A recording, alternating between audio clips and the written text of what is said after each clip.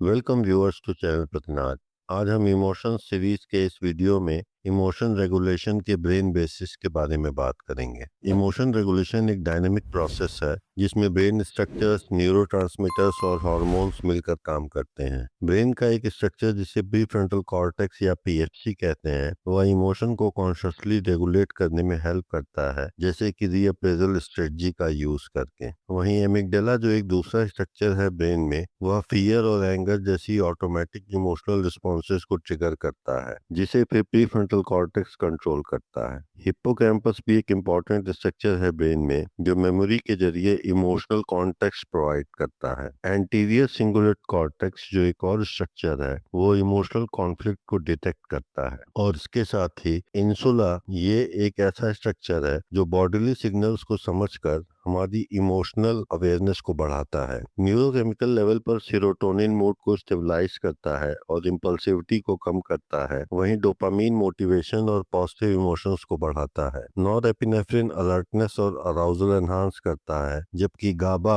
Brain को काम करने वाला एक इनहिबिटरी न्यूरोट्रांसमीटर है। हार्मोनल सिस्टम में कॉर्टिजोल स्ट्रेस के समय रिलीज होता है और क्रॉनिक रूप से ज्यादा होने पर इमोशन रेगुलेशन को इम्पेयर करता है। एड्रिनलिन फाइट और फ्लाइट रिस्पॉन्स एक्टिवेट करता है और ऑक्सीटोसिन इमोशनल बॉन्डिंग और सोशल कामनेस को सपोर्ट करता है। ये सभी बायोलॉजिकल कंपोनेंट्स मिलकर एक ऐसा सिस्टम बनाते हैं जो हमें चेंजिंग सिचुएशंस में अपने इमोशंस को इफेक्टिवली मैनेज करने की एबिलिटी देता है। अब हम एक एक करके ब्रेन के डिफरेंट स्ट्रक्चर्स की बात करते हैं जो मेनली इमोशन रेगुलेशन में इन्वॉल्व होते हैं। ब्रेन स्ट्रक्चर्स जो इमोशन रेगुलेशन में इन्वॉल्व हैं, वो कई पार्ट्स के द्वारा कंट्रोल किए जाते हैं, जिनमें कॉग्निटिव कंट्रोल, इमोशनल रिएक्शन और बॉडीली रेगुलेशन से जुड़े सिस्टम शामिल हैं। पहला स्ट्रक्चर है प्रीफ्रंटल कॉर्टेक्स या पीएफसी। यह इमोशन को कॉन्शियसली कंट्रोल करने का सेंटर है। प्रीफ्रंटल कॉर्टेक्स के सब पार्ट कुछ इस तरह से हैं। डोर्सोलेटरल प्रीफ्रंटल कॉर्टेक्स जो रीअप्रेजल, प्लानिंग और इमोशनल गोल्स को मैनेज करता है। वेंट्रोमीडियल प्रीफ्रंटल कॉर्टेक्स, ये प्रीफ्रंटल कॉर्टेक्स का स्ट्रक्चर इमोशनल वैल्यू और डिसीजन मेकिंग को गाइड करता है। और तीसरा प्रीफ्रंटल कॉर्टेक्स का स्ट्रक्चर है ऑर्बिटोफ्रंटल कॉर्टेक्स, जो सोशल इमोशनल सिचुएशंस में बिहेवियर को एडजस्ट करता है। प्रीफ्रंटल कॉर्टेक्स से सिग्नल्स नीचे के ब्रेन पार्ट, जिसे सब कॉर्टिकल स्ट्रक्चर कहते हैं, वहाँ का एक ब्रेन पार्ट जैसे एमिगडाला है, वहां तक प्रीफ्रंटल कॉर्टेक्स के सिग्नल्स जाते हैं ताकि इमोशनल रिएक्शंस को कंट्रोल कर सकें। प्रीफ्रंटल कॉर्टेक्स की फंक्शनिंग को हम एक लाइव एग्जांपल से समझ सकते हैं। आप एक जॉब इंटरव्यू में हैं और नर्वस महसूस कर रहे हैं।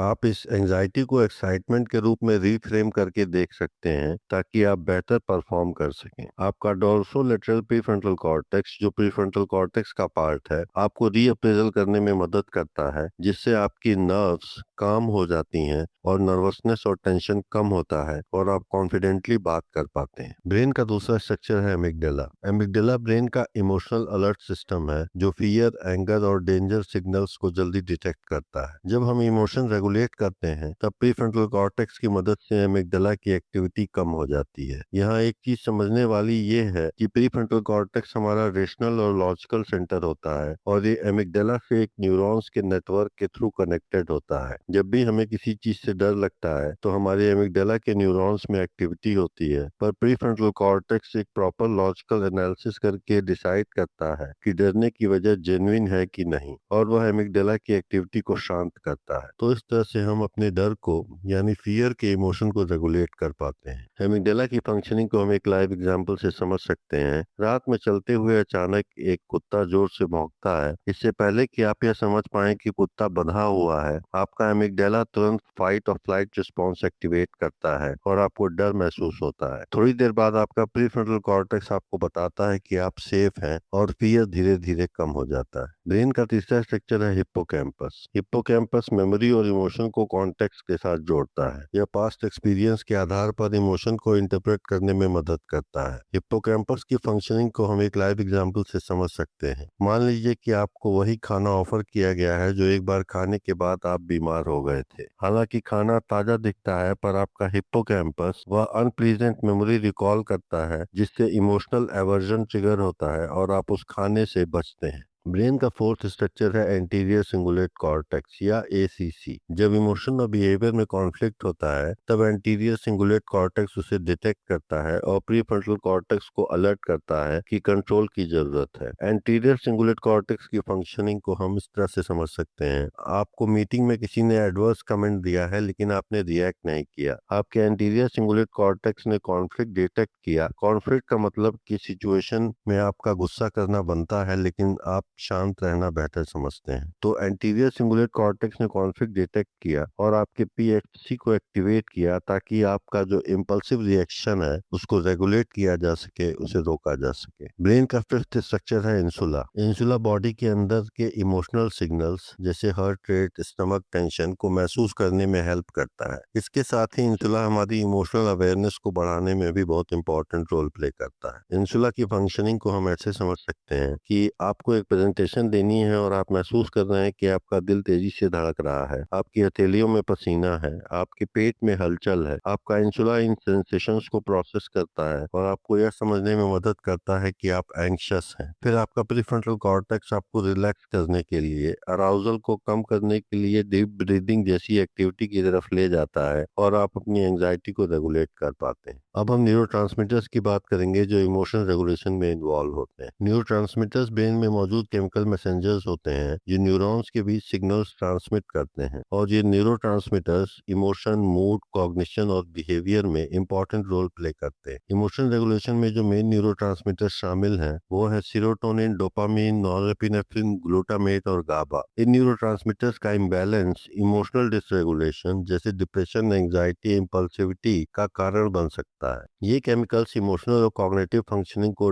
बैलेंस रखने में मदद करते हैं। तो जो पहला न्यूरोट्रांसमीटर हम देखेंगे वो है सीरोटोनिन, जिसे 5-HT भी कहा जाता है। सीरोटोनिन मूड स्टेबलाइज करता है और इमोशनल इम्पल्सिवनेस को रिड्यूस करता है। लो लेवल ऑफ सीरोटोनिन से डिप्रेशन और इरिटेबिलिटी बढ़ती है। सीरोटोनिन के लेवल्स को इंक्रीज करने वाली मेडिसिन जिसे SSRI कहा जाता है, सीरोटोनिन को बढ़ाकर मूड को इम्प्रूव करती है। सीरोटोनिन के इफेक्ट का एक एग्जाम्पल कुछ इस तरह है। कई हफ्तों की सैडनेस और इरिटेबिलिटी के बाद आप साइकियाट्रिस्ट से कंसल्ट करते हैं और SSRIs लेना शुरू करते हैं। कुछ हफ्तों में आपका मूड स्टेबलाइज हो जाता है। सीरोटोनिन बढ़ने से एमिगडाला की रिएक्टिविटी कम होती है और इमोशनल कंट्रोल बेहतर होता है। जो दूसरा न्यूरोट्रांसमीटर हम देखेंगे वो है डोपामीन। डोपामीन हमारे रिवार्ड सिस्टम, मोटिवेशन और इमोशनल सेटिस्फैक्शन के लिए रिस्पॉन्सिबल होता है। जब हम कोई अच्छा काम करते हैं या गोल अचीव करते हैं तो हमारे ब्रेन में डोपामीन रिलीज होता है। लेकिन डोपामीन किसी भी प्रकार के एडिक्शन में भी एक इम्पोर्टेंट रोल प्ले करता है। डोपामीन के इफेक्ट का एक एग्जांपल कुछ इस तरह है। आपने एक चैलेंजिंग प्रोजेक्ट पूरा किया और आपको अपने बॉस से प्रशंसा मिली। इससे डोपामीन रिलीज होता है जिससे मोटिवेशन बढ़ता है और पॉजिटिव इमोशनल रेगुलेशन होता है। आप बर्नआउट से निकलकर एनर्जी जोन में शिफ्ट करते हैं। जो तीसरा न्यूरोट्रांसमीटर हम देखेंगे वो है नॉरएपिनेफ्रिन। नॉरएपिनेफ्रिन अलर्टनेस और स्ट्रेस सिचुएशन में अराउजल को कंट्रोल करता है। ज्यादा नॉरएपिनेफ्रिन से हम ओवर अराउज्ड हो सकते हैं जिससे इमोशन रेगुलेशन मुश्किल हो जाता है। नॉरएपिनेफ्रिन के इफेक्ट का एक एग्जांपल कुछ इस तरह है। आप ट्रैफिक में फंसे हुए हैं और मीटिंग के लिए लेट हो रहे हैं। नॉरएपिनेफ्रिन लेवल्स इंक्रीज होने लगते हैं जिससे आप हाइपर अलर्ट और इरिटेबल हो जाते हैं। ज्यादा अराउजल आपकी इमोशनल रेगुलेशन कैपेसिटी को इम्पेयर करता है। जो चौथा न्यूरोट्रांसमीटर हम देखेंगे वो है गाबा। गाबा का फुल फॉर्म है गामा अमीनो ब्यूटेरिक एसिड। गाबा ब्रेन का मेन इनहिबिटरी न्यूरोट्रांसमीटर है। मतलब यह न्यूरॉन्स की फायरिंग को कम करता है और इस वजह से ब्रेन का एक्टिवेशन कम होता है। गाबा न्यूरॉन्स की ओवर एक्टिविटी को कम करता है जिससे एंजाइटी कंट्रोल होती है। गाबा का इफेक्ट कुछ इस तरह से है कि एक लंबे दिन के बाद आप 10 मिनट का माइंडफुल ब्रीदिंग करते हैं। इससे गाबा लेवल बढ़ता है और जो ओवर एक्टिव सर्किट्स हैं वो काम होते हैं और स्ट्रेस कम हो जाता है। जो पांचवा न्यूरोट्रांसमीटर हम देखेंगे वो है ग्लूटामेट। ग्लूटामेट लर्निंग और ब्रेन प्लास्टिसिटी से जुड़ा होता है। Glutamate neurotransmitter emotion regulation techniques में नया पैटर्न बनाने में मदद करता है। ग्लूटामेट के इफेक्ट का एक एग्जांपल कुछ इस तरह है। जब हम पहली बार मेडिटेशन की प्रैक्टिस शुरू करते हैं तो कुछ समय बाद हमारे ब्रेन में नए कनेक्शंस डेवलप होने लगते हैं जो ग्लूटामेट की ही वजह से पॉसिबल हो पाते हैं। अब हम हार्मोन्स की बात करेंगे जो इमोशन रेगुलेशन में इन्वॉल्व होते हैं। हार्मोन्स ऐसे केमिकल सब्सटेंसेस होते हैं जो ग्लैंड्स के द्वारा रिलीज किए जाते हैं और ब्लड स्ट्रीम के जरिए ब्रेन फंक्शन को इन्फ्लुएंस करते हैं और ये इमोशन रेगुलेशन में इंपॉर्टेंट रोल प्ले करते हैं। जो मेन हार्मोन्स इमोशन रेगुलेशन में शामिल हैं वो है कॉर्टिजोल जिसे स्ट्रेस हार्मोन भी कहते हैं,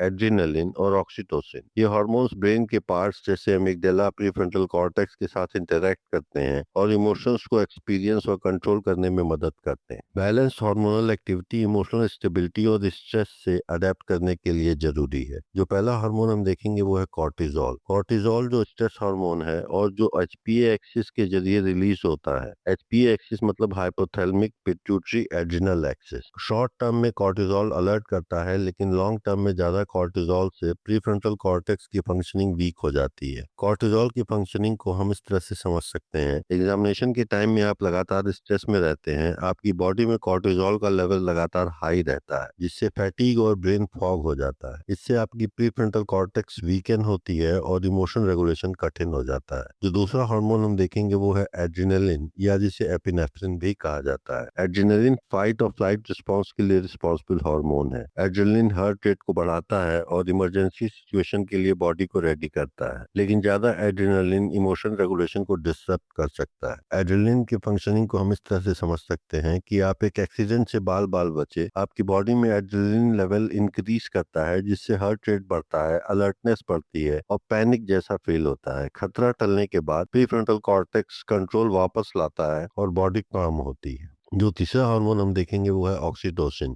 ऑक्सीटोसिन को बॉन्डिंग हार्मोन भी कहते हैं। ऑक्सीटोसिन ट्रस्ट, एम्पैथी और सोशल बॉन्डिंग को बढ़ाता है। ऑक्सीटोसिन एमिगडाला के फियर रिएक्शन को कम कर देता है। ऑक्सीटोसिन की फंक्शनिंग को हम कुछ इस तरह से समझ सकते हैं कि एक स्ट्रेसफुल दिन के बाद आप अपने क्लोज फ्रेंड को हग करते हैं, इससे ऑक्सीटोसिन रिलीज होता है, जो कनेक्शन और इमोशनल सेफ्टी के इमोशंस जनरेट करता है। इससे आपका डिस्ट्रेस कम होता है। अब हम ब्रीफ में इमोशन रेगुलेशन सर्किट का समरी देखते हैं। इमोशन रेगुलेट करने के लिए ब्रेन और बॉडी में प्रॉपर कोऑर्डिनेशन जरूरी है। प्रीफ्रंटल कॉर्टेक्स जो स्ट्रेटजी चूज करता है और कॉन्शियस कंट्रोल देता है। एमिगडाला जो इमोशनल रिएक्शंस ट्रिगर करता है। हिप्पोकैम्पस मेमोरी के कॉन्टेक्स्ट से इमोशन को जोड़ता है। एंटीरियर सिंगुलेट कॉर्टेक्स कॉन्फ्लिक्ट को डिटेक्ट करता है। इंसुला जो इमोशनल अवेयरनेस पैदा करता है। सीरोटोनिन जो मूड को स्टेबलाइज करता है। डोपामीन जो मोटिवेशन देता है। नॉरएपिनेफ्रिन जो अराउजल को मैनेज करता है। कॉर्टिजोल जो हमें स्ट्रेस के समय अलर्ट रखता है। ऑक्सीटोसिन जो इमोशनल बॉन्डिंग्स और कामनेस को बढ़ाता है। गाबा न्यूरल ओवर एक्टिविटी को रिड्यूस करता है।